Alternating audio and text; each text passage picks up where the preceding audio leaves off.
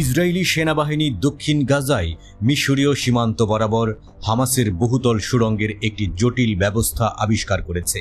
Israel হাইমের প্রতিবেদন একজন বেনামি Israeli কর্মকর্তার উদ্ধৃতি দিয়ে একটি সাম্প্রতিক সেনা অভিযানের বিবরণ দিয়েছে, যেখানে এমন ডজন ডজন অত্যাধুনিক ভূগর্ভস্থ পথ নতুন রহস্য নিয়ে হাজির হয়েছে।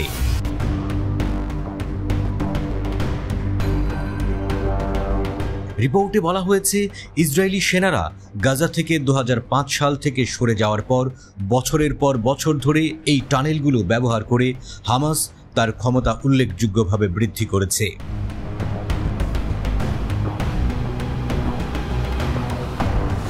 শুধু ইসরায়েলি নজরদারি ছিল না, সুড়ঙ্গগুলো আবিষ্কারে মিশরীয় তৎপরতা ছিল, কিন্তু অত্যাধুনিক অবকাঠামোটি শনাক্ত করা যায়নি। এই নেটওয়ার্ক হামাসকে একটি শক্তিশালী যোদ্ধা শক্তিতে রূপান্তরের ক্ষেত্রে গুরুত্বপূর্ণ ভূমিকা পালন করেছে। প্রতিবেদনে উদ্ধৃত সূত্র অনুসারে মিশর সীমান্তে ইসরায়েলি অভিযান চলমান রয়েছে এবং এই সুড়ঙ্গগুলোর আরও বেশি শনাক্তকরণের দিকে মনোনিবেশ করছে।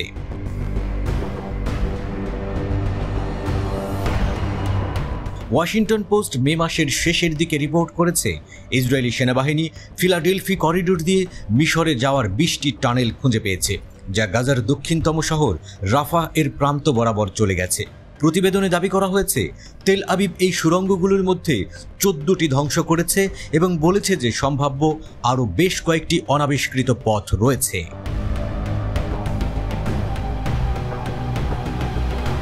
কিন্তু জুনের শেষ দিকে এক সাক্ষাৎকারে ইসরায়েলি রিজার্ভ জেনারেল ইৎজাক ব্রিক এই দাবির বিরোধিতা করেন।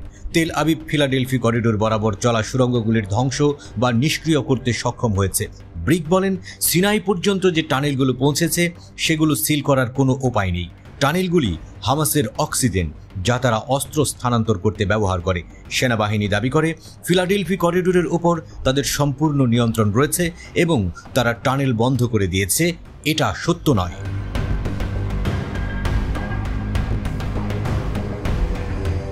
8 জুন হিব্রু নিউজ চ্যানেল 12-এর একটি প্রতিবেদনে বলা হয়েছে, গাজার বাকি অংশের অধীনে হামাসের টানেলগুলি এখনও ভালো অবস্থায় আছে এবং প্রতিরোধ গোষ্ঠী দক্ষিণের শহর খান ইউনিসের অনেকগুলো পুনরুদ্ধার করতে সক্ষম হয়েছে।